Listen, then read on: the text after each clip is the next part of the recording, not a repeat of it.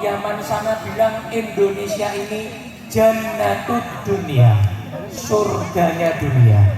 Merah semangat, Masya Allah. Putih atine resik-resik. Allahumma amin.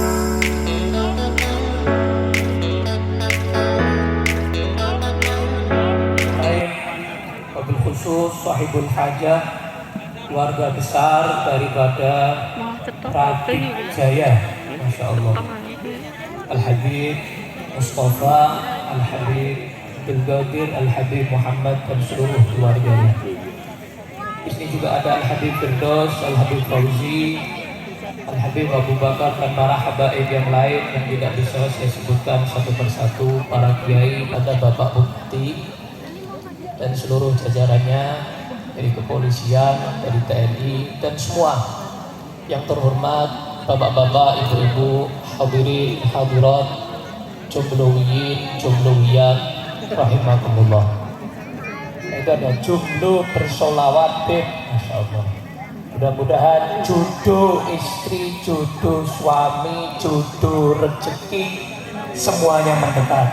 Allahumma amin. Merdeka, merdeka, merdeka, merdeka. Tadi saya utangnya lunas, amin. Merdeka ya, Allahumma amin. Tadi saya di ruang transit, ini saya singkat aja cerita. Tadi saya di ruang transit, saya ngobrol sama Habib Firdaus. Lah ya Habib, di Indonesia ini Masya Allah, tidak ada kayak Indonesia. Majelis-majelis ini Habib Syekh tiap tempat ramenya kayak gini. Luar negeri tidak ada majelis rame seperti ini tiap tempat. Shallallahu alaihi Nabi Muhammad. Merah putih, merah semangat, Masya Allah. Putih atine resik-resik. Allahumma amin. Allahumma amin. Makanya Indonesia menjadi negara umat Islam terbesar, terbanyak sedunia. Bukan Asia, sedunia. Shallallahu alaihi Nabi Muhammad. Ini perjuangan daripada para ulama-ulama terdahulu, para kiai-kiai terdahulu, para habaib terdahulu. Mereka berjuang, bekerja sama dengan para pemerintah di saat itu, bekerja sama para santri di saat itu, dengan semangat merah mereka dan hati mereka yang bersih insya Allah, sehingga Indonesia merdeka. Sallallahu alaihi Nabi Muhammad. Makanya sampai dijuluki Indonesia ini oleh Al-Habib Abdullah bin Umar bin Yahya, Sahibul Fatawa, yang disebut dalam kitab Bughyatul Mustarsyidin, dan juga beliau termasuk Adadilah Sab'ah, 7 Abdullah, salah satu dari 7 Abdullah, wali-wali hebat yang hidup sezaman seperti sahabat Nabi dulu. Ada 7 Abdullah sezaman, semuanya orang hebat-hebat. Beliau dalam kitabnya menyatakan Indonesia ini adalah Darussalam, tempat keselamatan. Allahumma amin. Allahumma amin. Kalau orang Hadramaut, Yaman sana bilang Indonesia ini jannatud dunia, surganya dunia. Alhamdulillah, alhamdulillah. Makanya tadi Habib Syekh manggil kalian semuanya wong-wong swarga. Allahumma amin. Allahumma. Karena dalam hadis Nabi menjelaskan bahwa ada 70.000 umatnya yang masuk surga bighairi hisab, tidak pakai pertanyaan. Bisa kita bayangkan kalau ada orang punya satu masalah ke pengadilan, satu saja masalah. Nah, apalagi kalau kita punya masalah dengan Allah, kemudian Allah bertanya masalah itu sedetail mungkin. Wah, ini perkara yang luar biasa di pengadilan Allah. Alaihissallahu biahkamil hakimin bala wa ana ala dzalika minasyahidin. Tapi ada 70.000 orang masuk surga tanpa hisab, nggak pakai pertanyaan sama sekali. Allahumma ja'alna minhum. Mudah-mudahan kita termasuk 70.000 orang. Nah, tapi kan sedikit, 70.000 kan sedikit. Orang Indonesia 270 juta Ya, kurang lebih. Itu baru Indonesia, belum yang lain. Umat Islamnya banyak.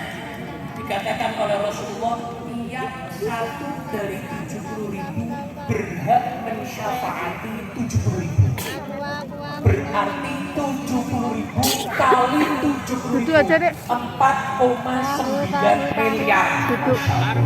Itu insya Allah orang Indonesia melebu ya. Allahumma amin, Allahumma. Para sahabat tanya Rasulullah, umat kamu sebanyak itu nanti bahkan lebih dari itu. Itu yang tanpa hisab, yang mampir rest area masuk neraka dulu ya ada. Yang mendapatkan syafaat Nabi di neraka, dientas oleh Nabi dari neraka ya ada. Tapi insya Allah kita nggak termasuk daripada itu. Allahumma amin, amin, Allahumma amin. Mereka masya Allah menyemangati saat itu ulama-ulama terdahulu di saat itu sampai dikatakan zaman keemasan Indonesia. Sampai wali-wali yang ada di Timur Tengah itu sampai gede-gede, sampai heran. Gimana kalian ini? Kalian dekat sama Syekh Abdul Qadir makomnya, dekat sama Rasulullah di Madinah, dekat sama Masjidil Haram di Mekah. Tapi kenapa kok bisa sanad ilmu dipegang ada di Indonesia? Sallallahu alaihi Nabi Muhammad. Ada Syekh Yasin Al-Fadani, ada Syekh Mahfud Termas, ada Syekh Khalil Bangkalan, ada Mbah Hamid Pasuruan, ada Syekh Ahmad Al-Minangkabawi, ada juga Al-Habib Salim bin Jindan, ada juga para habaib yang lain, para kiai yang lain, Syekh Nawawi Al-Bantani, kiai-kiai yang luar biasa, habaib yang luar biasa ilmunya, sampai orang Timur Tengah datang ke Indonesia cuma untuk cari sanad ilmu ke Indonesia. Sallallahu alaihi Nabi Muhammad. Luar biasa. Sampai wali, pemimpin para wali di saat itu, di zaman Al-Habib Abu Bakar Gresik, itu beliau cerita, saya diangkat menjadi pemimpin para wali di hadapan makom Sunan Bonang.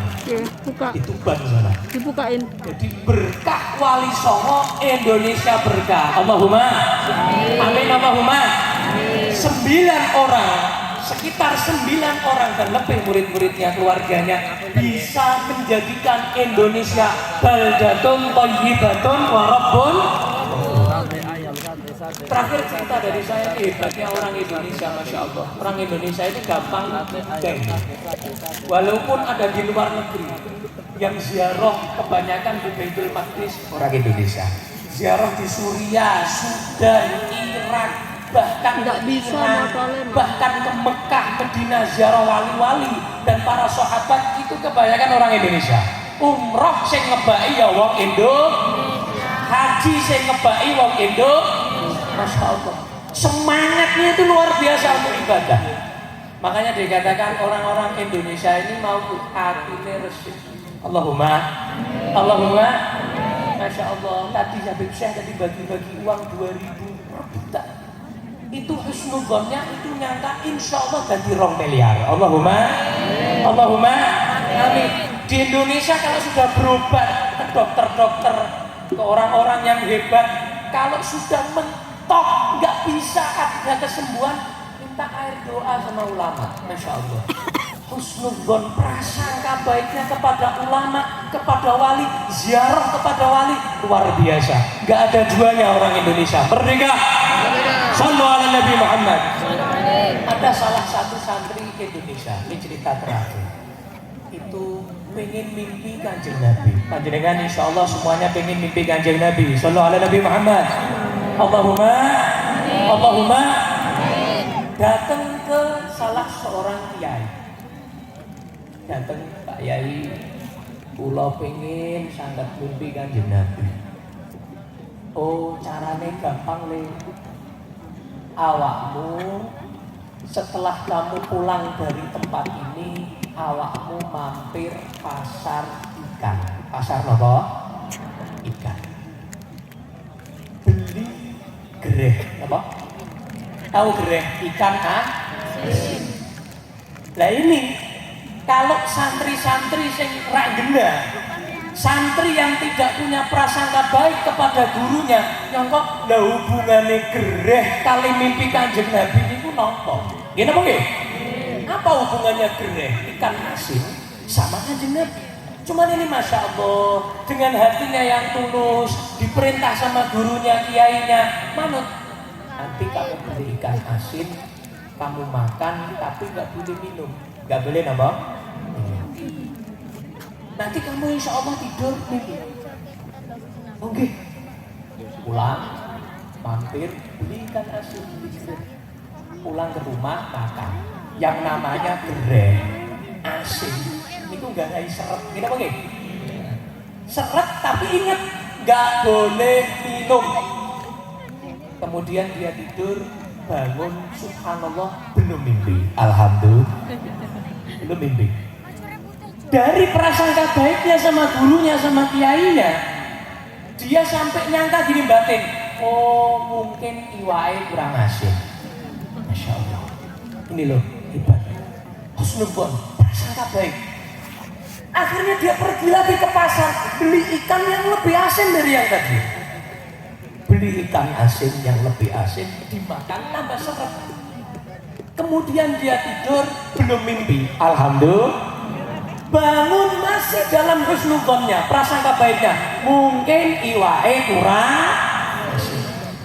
Berangkat lagi ke pasar, beli lagi ikan yang lebih asin lagi. Kemudian dia pulang, tidur, mati, nggak boleh minum.